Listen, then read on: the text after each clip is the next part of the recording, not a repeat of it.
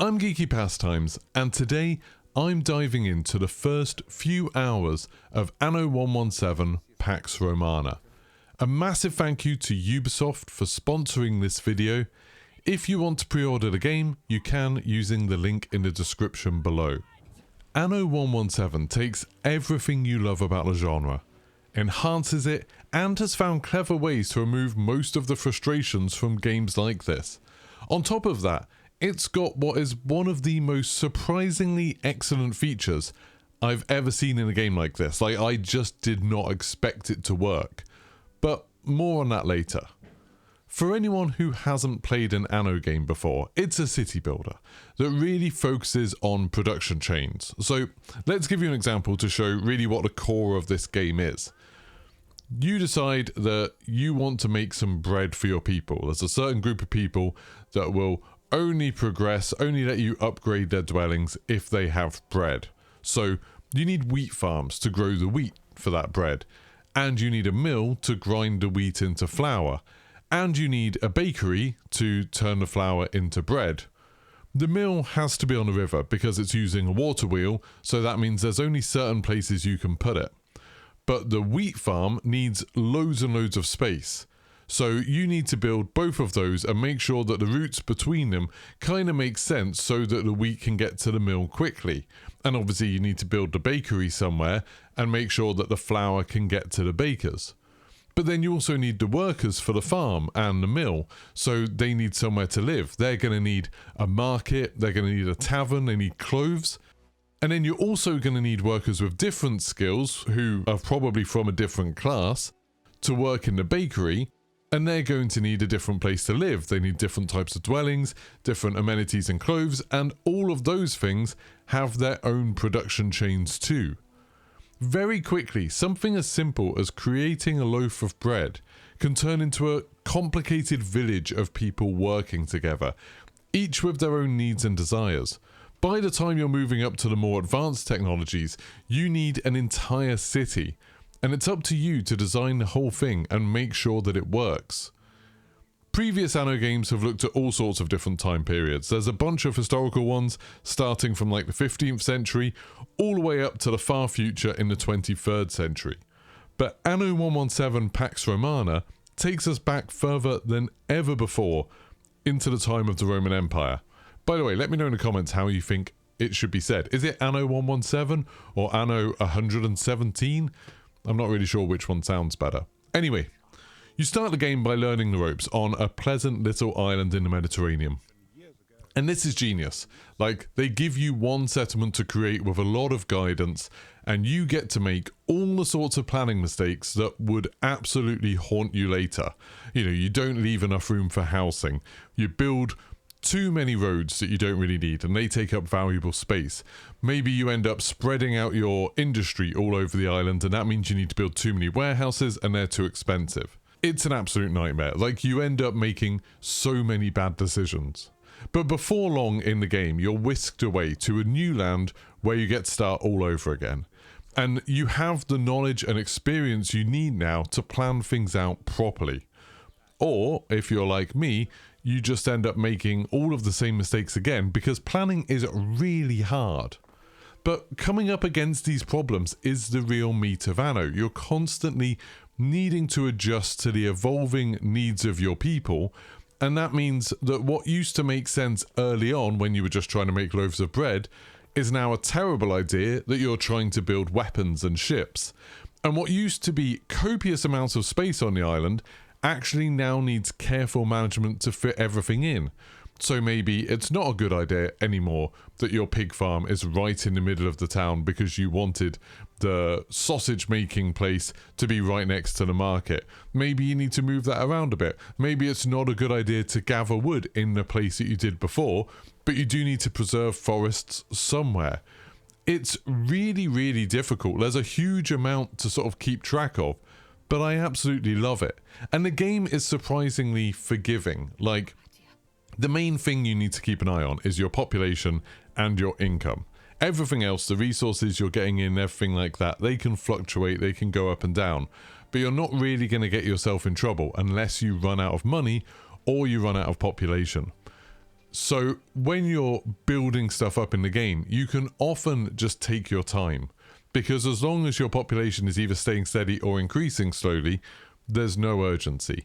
And as long as you are gaining some income, you're getting some money coming in, the longer you take doing stuff, the more of a kind of bank account you're building up, which keeps you a little bit safer. So for the earliest parts of the game, you can take all the time in the world, and to be honest, it mostly just benefits you. So far, I haven't had a single time where I've kind of collapsed into a death spiral, where I've ended up building a city that is just collapsing and there's nothing I can do to fix it. And that's really nice. Like, that does happen in other city building games. Sometimes you just make mistakes that are too big, you expand in a way that doesn't really make sense, you get a bit too greedy, or you just forget about one resource and it ends up causing problems later. That doesn't seem to really happen in this. It's much more forgiving like that, and while it's difficult to thrive, it's very, very easy to survive as you're playing through. There's absolutely nothing as satisfying as wrestling with an inefficient city plan for absolutely hours where nothing seems to be working right, and then suddenly you have an epiphany and you craft an elegant solution that boosts your production, boosts your population, and the happiness of your citizens. It happens all the time in Anno 117 that you just get into a really bad situation where you realise you've made some horrible mistake like an hour ago, and then you figure out how to fix it. And once you've figured out how to fix it and it works, just feels great. And thankfully, Anno 117 makes this kind of rearrangement an absolute breeze, because you can just pick up any building and move it. There's no fees, there's no lost construction time or anything like that. It just lets you move everything. For people like me that see this as like a bit of a puzzle game, that's an absolute godsend. I've shifted my city around so many times and I've never felt that I was being punished for experimenting with it. Sometimes I'll decide, hey, maybe I should split my town into two for the different types of people and try that out for a while. And if it doesn't work, it's absolutely no problem just to smush everything back together again. Or if you've made mistakes, like I said earlier, putting a pig farm in the middle of town or something like that, you can just move it out of town. There's no punishment for getting things wrong in that way. The only punishment is for not noticing that you've got them wrong for a long time. But once you do notice a problem, you can fix it really, really quickly, and you can try things really, really quickly, and that's absolutely awesome. There's so many quality of life features like this that I think shows that the developers really enjoy playing games like this and have felt the same frustrations. I've played games like this going all the way back to like Caesar and Pharaoh, like those very early city planning games, and a lot of the frustrations that existed in those games are just gone now. So like, if you're trying to build loads of things but you lack the resources, like you're trying to put loads of houses down, it's not a problem. The game will just automatically switch to planning mode once you've run out of resources, so you can still keep dropping down the blueprints that will take up the right amount of space, and then when you have the resources, you can just go back, click on them to finish the building. That makes things so much easier when you're just trying to plan out a town, but you need to wait for the resources. If you need to surround a building with paths, or a set of buildings, like a whole sort of housing estate, just have the pathing tool equipped, then click on the group of buildings, and it will automatically draw a path around it. I don't think I've ever used a pathing tool in a game that works as intuitively as this. The whole UI is more intuitive and useful than anything I've used before in a city planning game. Even the combat, and combat is really a thing that I've generally avoided in games like this. And in this you can delve more into it if you want, or you can work to avoid it by doing like diplomatic requests and sort of trying to solve little things around. But the combat, when you do have to get involved with it, is leagues ahead of anything I've played before in this genre. Usually, like I said, I hate combat in games like this. It feels clunky and nonsensical and just gets in the way of what I really want to be doing, solving planning issues. But in Anno 117, the combat feels like a mini version of Total War. Like, it's simple to build units in form of groups and specialized soldiers, so you could say build some infantry or build some archers or build some spearmen. They all have clear costs to build and maintain. Normally that's in terms of workers. So if you want to raise an army, you might need to shut down a load of industry to free up the manpower to do it, which seems like kind of historically accurate for things like that. but it's very clear what you have to do. And then when you're in combat, you can organize them quickly, like in any real-time strategy title. There's even like little formations and stuff like that you can see. And then when you get into the combat, because of the nature of when it's set, it's a very close-up affair. The goal is usually just to rout the enemy rather than to destroy them. You just need them to flee, so having like an overpowering numbers works pretty well, or having the right number of troops, or being able to plan your city using walls and towers and things that are very expensive actually in this game, to try and funnel them into a situation where you can pick them out even if you've got lower troop numbers than they do. Diplomatic options are available. Like I said, you can do diplomatic quests, which will normally involve, you know, maybe going and getting something, trading, stuff like that, to try and get someone on your side so they stop raiding you. Although you'll always need a few troops for defense, really. But to be honest, after my early taste of combat in the game, I've actually found myself heading more towards using that to secure my borders.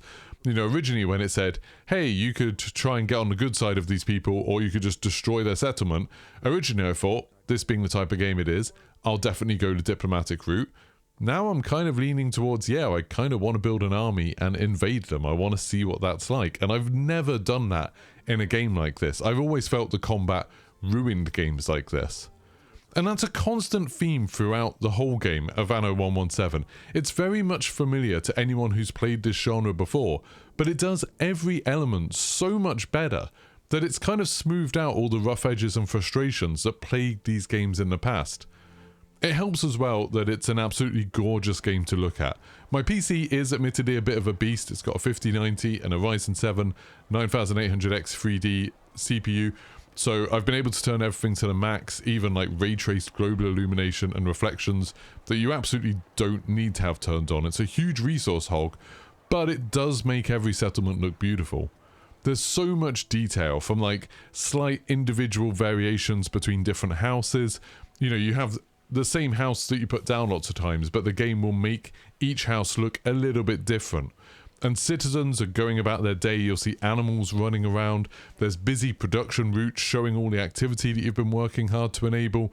Ships cruising around the island, stunning sunsets over the mountaintops, even the fog of war. I think this is the first time I've been impressed by looking at the fog of war in a game. The only slight problem I have with it, and this is a slight negative about the game, it doesn't really affect the gameplay too much, is that because of the way Anno works, all your resources can either get to the place where they need to be, or they can get to a warehouse, and all of the warehouses are like magically connected to each other. So someone can drop off resources at one warehouse and it will teleport to another warehouse where it's needed and can just be picked up from there. I get that it's a gameplay thing and it makes the game a lot simpler, but it would be nice to have like main thoroughfares going between the warehouses that you'd have to sort of manage separately, and then see all of the big heavy goods getting lifted between those. I think that would have been cool. It just would have made the towns look a little bit more realistic, but for whatever reason they've decided not to do that. But going back to how the game looks and feels, the audio is also stellar. While you will hear a few voices over and over again, it does still make me laugh. Like when you zoom in, sometimes you'll hear just like random people saying stuff, and I keep hearing this line where one guy is just like, hey, stop that car, my eels are on there, and I don't know why. That's made me laugh like every time. It hasn't got old yet.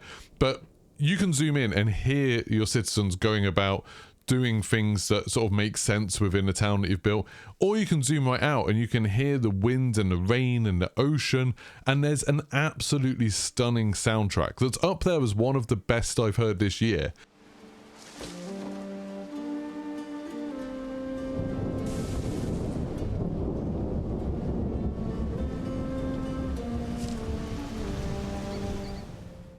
Okay, it might not be Expedition 33 good, but it's pretty damn good, especially for a game like this. It's actually so relaxing, the music, that a little while ago, just before I recorded this voiceover, I went into the game just to record like a minute's worth of footage because I wanted to get a little bit of a view of the tilt shift mode that looks kind of cool.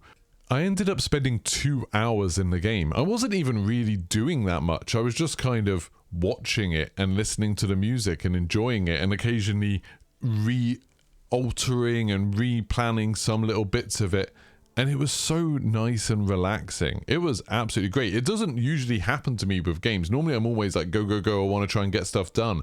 But I just enjoy being in this game and watching the island. But by far the biggest surprise, and this is what I was talking about at the very beginning of the video, has been the campaign. I've never really cared for campaigns in games like this, you know, and the stories that are attached to them. Like in the Anno games or any other city builders, it always felt a bit trite and forced. That got in the way of me trying to have a good time by sort of forcing arbitrary like disasters and problems on you. But Anno 117 has nailed it somehow. There's genuinely funny moments, there's twists and turns, and I found myself caring about the characters in a way that I just wouldn't have believed if someone else had told me about it. There's actual meaningful choices in the campaign too that lead to branching stories, and these choices are echoed in the gameplay, where you have big decisions to make about, for example, whether to stick to like Roman customs and designs when you're upgrading your houses and building your towns, or whether you want to embrace the native culture more. And it's genuinely a tough decision. It's not just cosmetic.